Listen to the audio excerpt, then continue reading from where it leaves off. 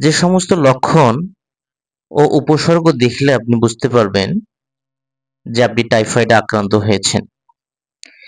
টাইফয়েডের প্রধান উপসর্গ হলো এটি দীর্ঘমেয়াদী জ্বর ও প্রচণ্ড মাথা ব্যথা হয়ে থাকে, গলা ব্যথা, পেটে ব্যথা এবং শরীর অনেক দুর্বল হয়ে থাকে। শরীরের তাপমাত্রা 103 থেকে 104 ডিগ্রি ফারেনহাইট পর্যন্ত হতে পারে। অনেকের ডায়রিয়া ও কোষ্ঠকাঠিন্য হয়ে থাকে। অনেক সময়ই দেখা যায় টাইফয়েড আক্রান্ত ব্যক্তিদের চামড়ার নিচে লালচে দানাদার র্যাশ দেখা যেতে পারে।